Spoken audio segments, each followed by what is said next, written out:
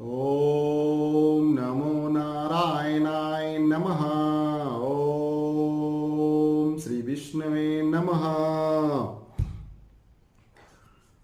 आज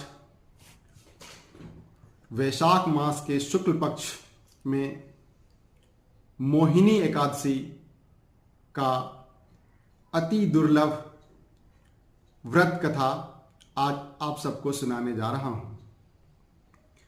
प्राचीन काल में श्री रामचंद्र जी अति व्यथित हो गए एक दिन।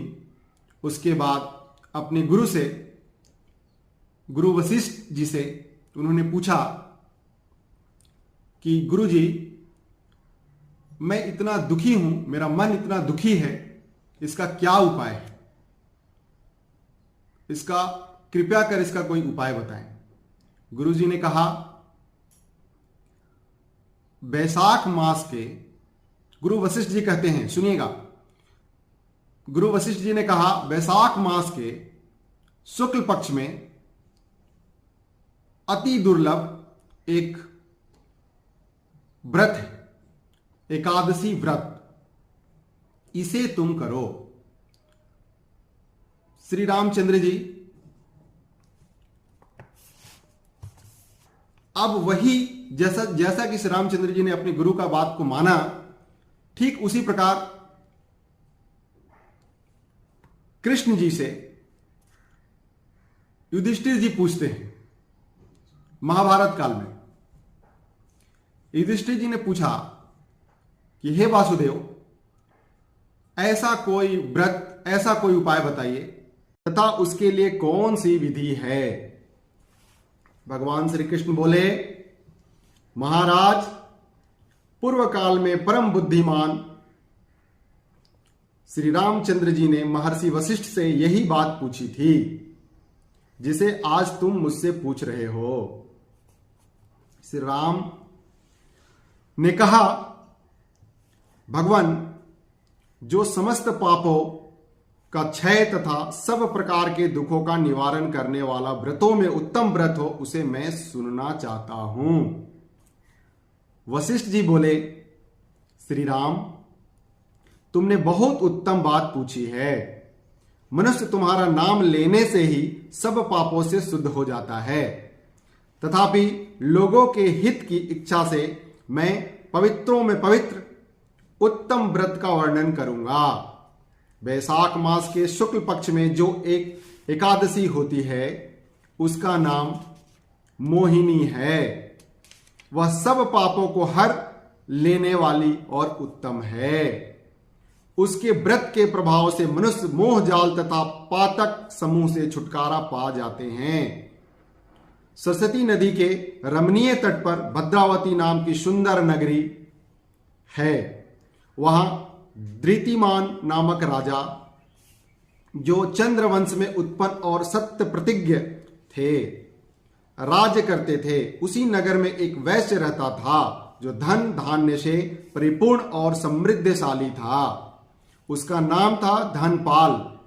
वह सदा पुण्य कर्म में ही लगा रहता था।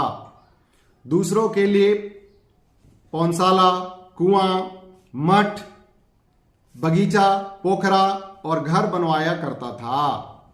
भगवान श्री विष्णु की भक्ति में उसका हार्दिक अनुराग था।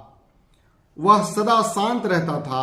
उसके 5 पुत्र थे, सुमना, द्युतिमान, मेधावी, सुकृति तथा दृष्टबुद्धि। दृष्टबुद्धि 5वां था। वह सदा बड़े बड़े पापों में ही संलग्न रहता था। जुए आदि दुर्व्यसनों में उसकी बड़ी आसक्ति थी। वह वेश्याओं से मिलने के लिए लालायित रहता था। उसकी बुद्धि न तो देवताओं के पूजन में लगती थी और न पितरों तथा ब्राह्मणों के सत्कार में। वह दुष्ट आत्मा अन्याय के मार्ग पर चलकर पिता का धन बर्बाद किया करता था।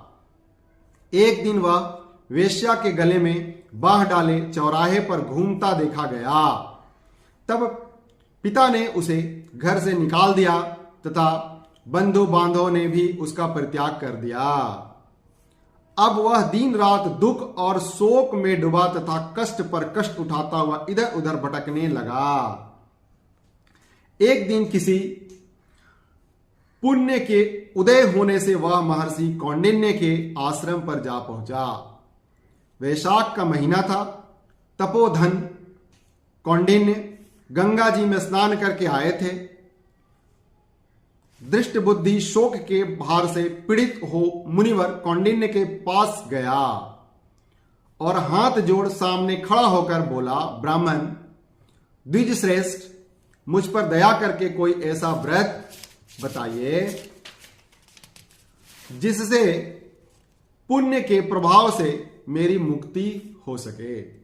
कौंडिन्य बोले, वैशाख के शुक्ल पक्ष में मोहिनी नाम से प्रसिद्ध एकादशी का व्रत करो। मोहिनी को उपवास करने पर प्राणियों के अनेक जन्मों के किए हुए मेरु पर्वत जैसे महापाप भी नष्ट हो जाते हैं। वशिष्ठ जी कहते हैं, श्री रामचंद्र मुनि का यह वचन सुनकर दृष्ट बुद्धि का चित्त प्रसन्न हो गया। उसने कौंडिन्य के उपदेश से विधि पूर्वक मोहिनी एकादशी का व्रत किया।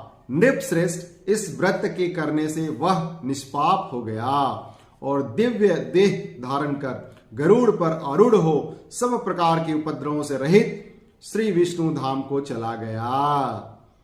इस प्रकार यह मोहिनी का व्रत बहुत उत्तम है। इसके पढ़ने और सुनने से सहस्त्र गोदान का फल मिलता है। प्रेम से बोलिए श्री हरि विष्णु जी की जय। ओम वासुदेवाय नमः। एकादशी महात्मा की जय।